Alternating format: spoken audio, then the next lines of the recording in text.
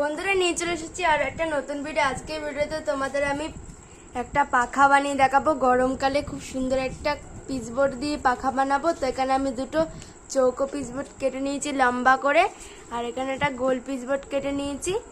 তো এবার আমি এগুলোকে পাখার শেপে জুড়ে নেব।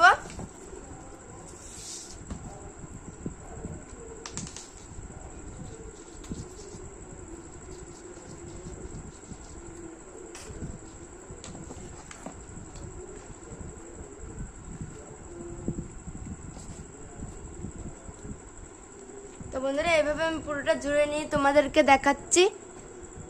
তো বন্ধুরা পাখাটা গ্লু লাগানো কমপ্লিট। তো এবার আমি এখানে পেপার কেটে নিয়েছি শেপ করে। তো এবার আমি এটাকে গ্লু দিয়ে এর উপরে আটকিয়ে নেব।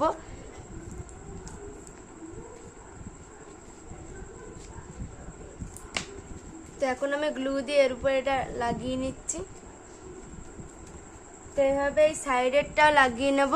তো এগুলো লাগিয়ে তোমাদেরকে দেখাচ্ছি। তো বন্ধুরা এখন আমি পাখাটায় পেপারটা লাগিয়ে দিয়েছি। তো এখন আমি পাখাটায় ফার্স্টে এই সাইডটা পুরো ইয়েলো কালার করে নিচ্ছি, অ্যাক্রিলিক কালারের।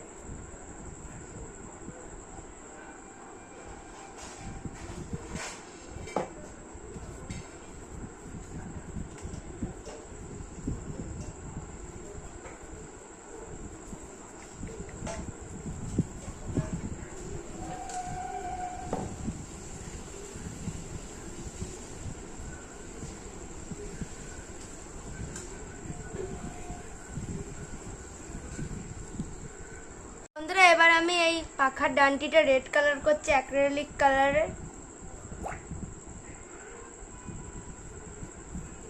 তো এটা পুরোটা কালার করে তোমাদেরকে দেখাচ্ছি।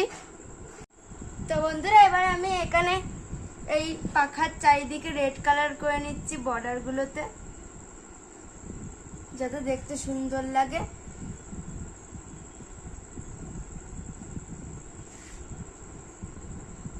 তোমরা অন্য কোনো কালারও করতে পারো।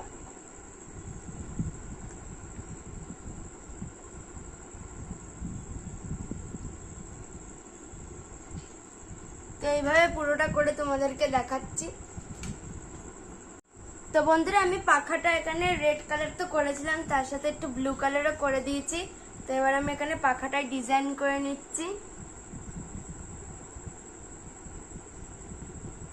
তোমরা তোমাদের মতন ডিজাইন করতে পারো।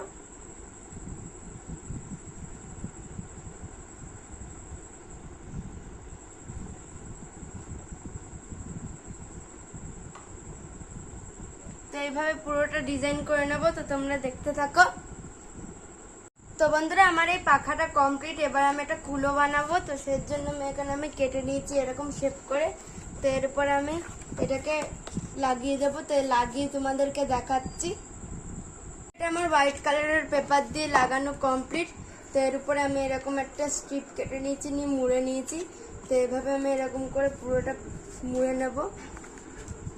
তো এবং গ্লু দিয়ে আঠিয়ে তোমাদেরকে দেখাচ্ছি। তো বন্ধুরা চারিদিকে স্ট্রিপ লাগিয়ে দিয়েছি। এবার আমি ইয়েলো কালার দিয়ে পুরোটাকে কমপ্লিট করে নেবো পাখার মতনই, আর সাইডটা রেড কালার করে নেব। তোমাদেরকে এটা করে নিয়ে দেখাবো। তো বন্ধুরা আমার এই কুলো আর পাখাটা আঁকা কমপ্লিট। আমি এটার মধ্যে একটু ডিজাইন করে দিয়েছিলাম কুলোটায়। আর আজকের ভিডিওটা এই পর্যন্তই। তো বাই।